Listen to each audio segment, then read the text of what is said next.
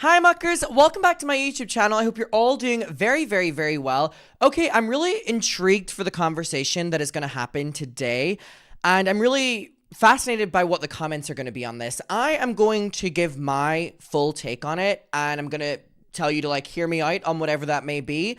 And then I would love to dive in on what your take on this is. So basically, today we're going to be talking about Emma Chamberlain and Ethan Dolan. Now, we have only talked about Emma Chamberlain very few times on this channel, and I struggle to know if we've even talked about Ethan Dolan on this channel. I don't know. I've been doing these videos for a while. Who knows? I feel like I've talked about everyone, specifically all the recent random stuff that we've been jumping into.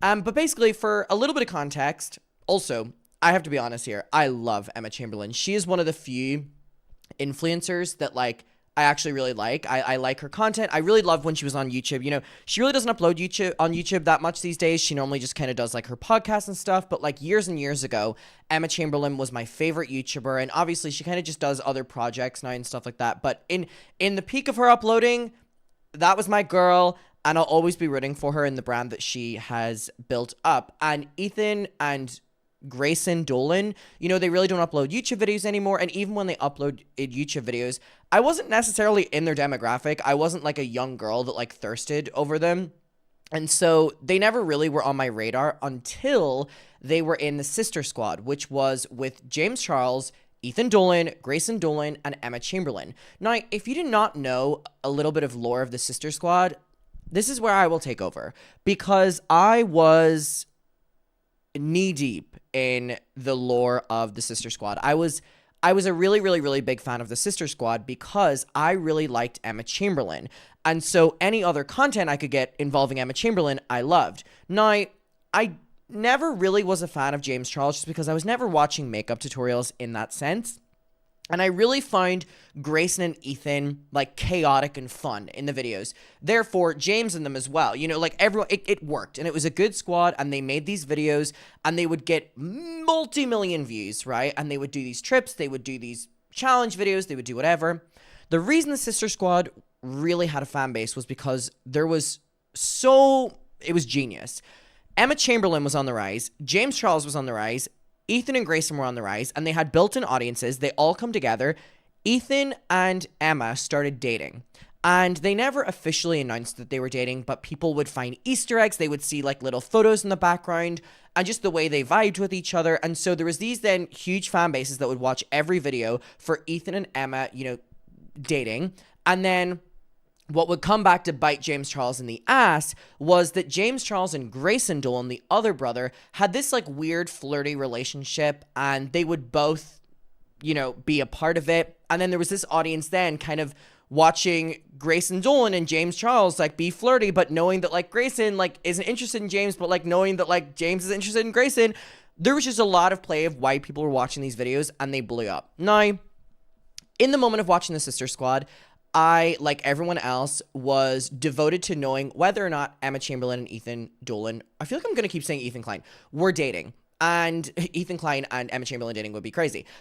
But basically, it has now kind of been confirmed by Emma Chamberlain that they were dating, and she has spoken up about that time period, and it's got a lot of people talking. Now, just for a little bit of context, I have this video right here, and it's Emma Chamberlain and Ethan Dolan being in love for 7 minutes.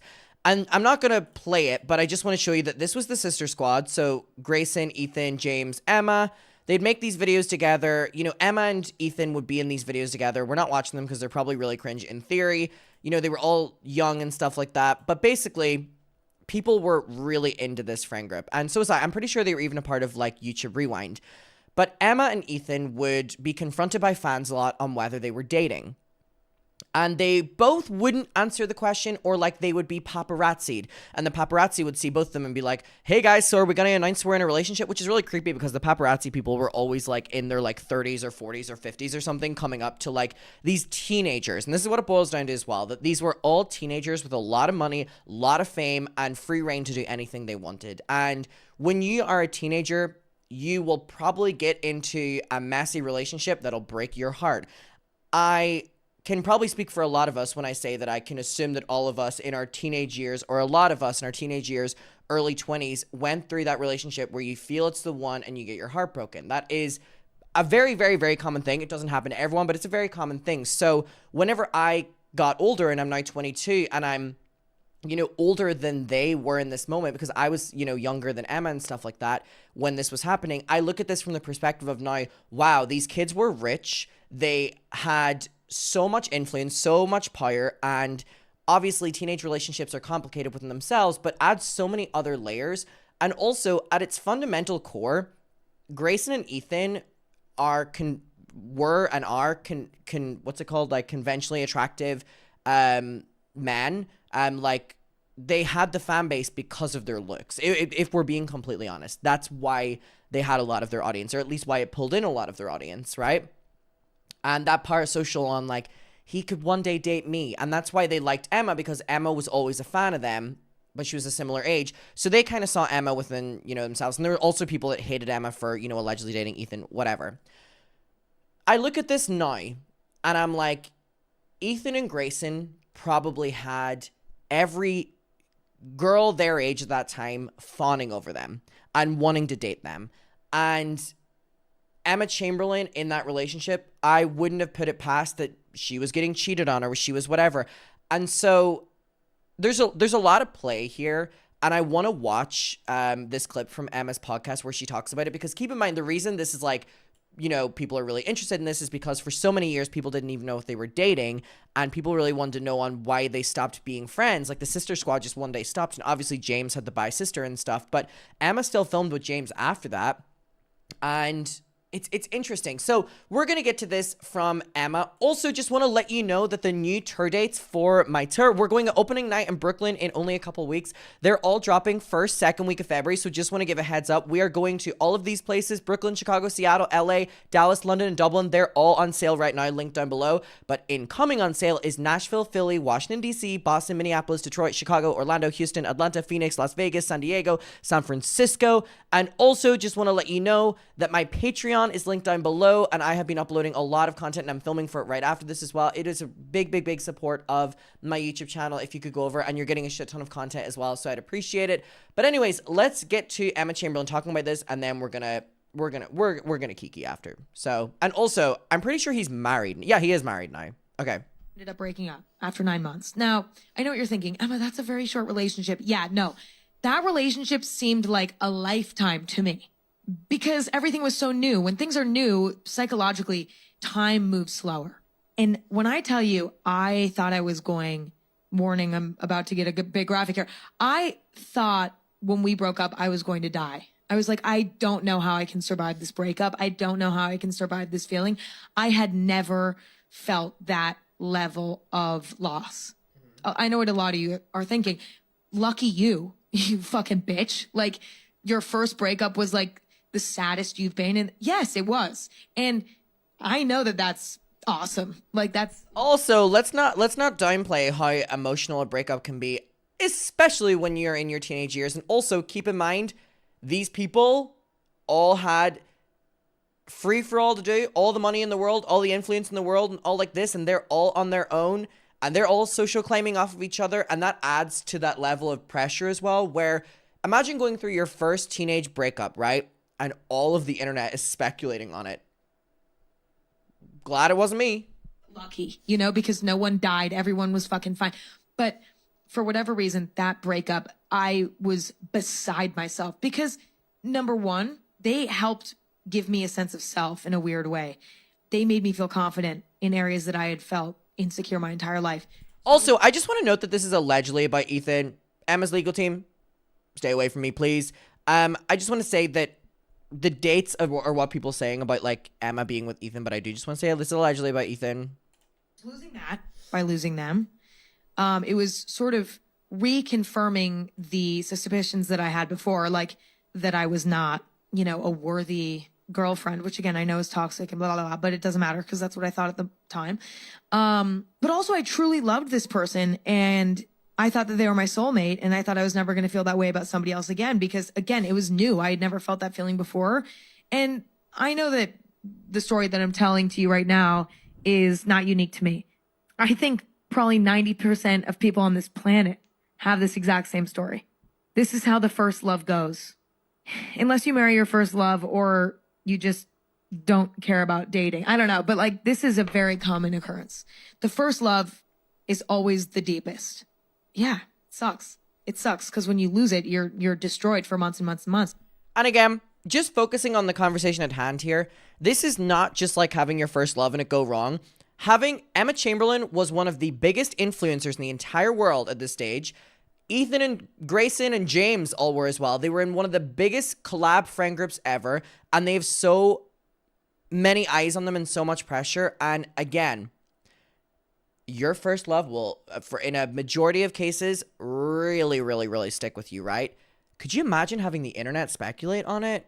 And these were all like really, I mean, if we're being honest, they were like 17, 18, 19 years old. And I was. So after that breakup, I was just a wreck. Sobbing, not sure how I was going to survive, literally feeling like he had died. I felt like I died. I felt like everything, it felt like death. It was very odd. And breakups after that did not feel that way. It was very weird. It was just the first one. But I'm saying this to portray to you how fucking heartbroken and sad I was. I mean, I did not stop crying for like probably 2 weeks. Okay. It was really fucked up. It was bad. It was really bad for me. And for 3 months after we broke up, I pretty much just spent that entire time in bed watching Jersey Shore and then occasionally going to a SoulCycle spin class, which honestly, I thank SoulCycle for helping me get through that breakup. But then at a certain point, I was like, you know what? I need to try to get him back. And so I did. Started talking to him again. We started hanging out as friends again.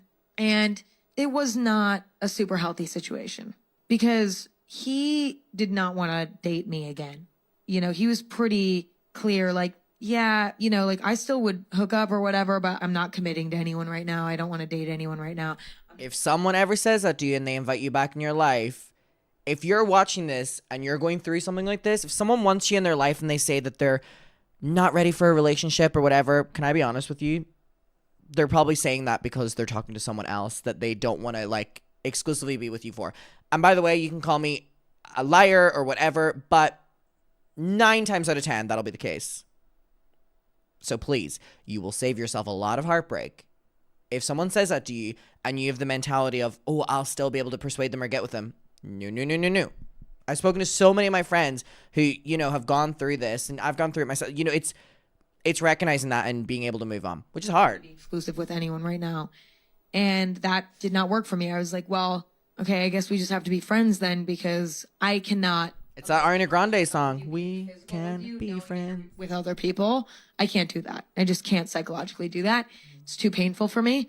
But then we'd end up hooking up on accident. Not even on accident, but it would just happen. Like we had dated.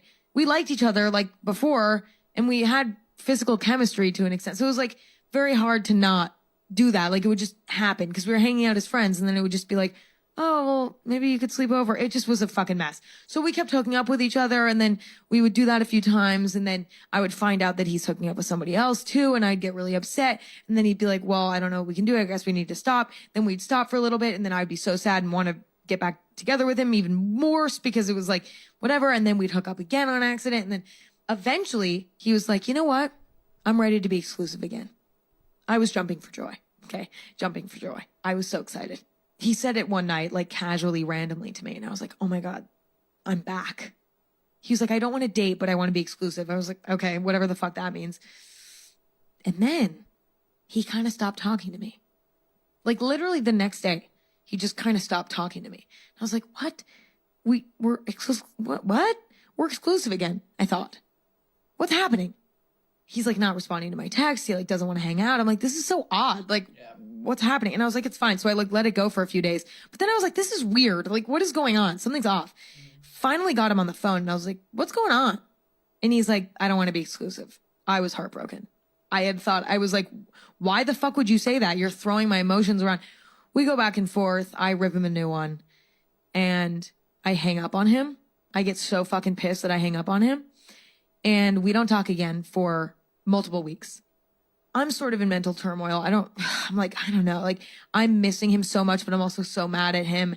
I like couldn't figure out how I felt. Also, I know a lot of people are probably going to listen to this and be like, who cares? Or like, everyone goes through this, whatever. The important thing that I'm trying to hone in on here is, obviously this is alleged about Ethan, but like the timeline adds up. This is important because so many people that grew up on the internet always wanted to know what happened. And here we allegedly have it confirmed if it is about him, right?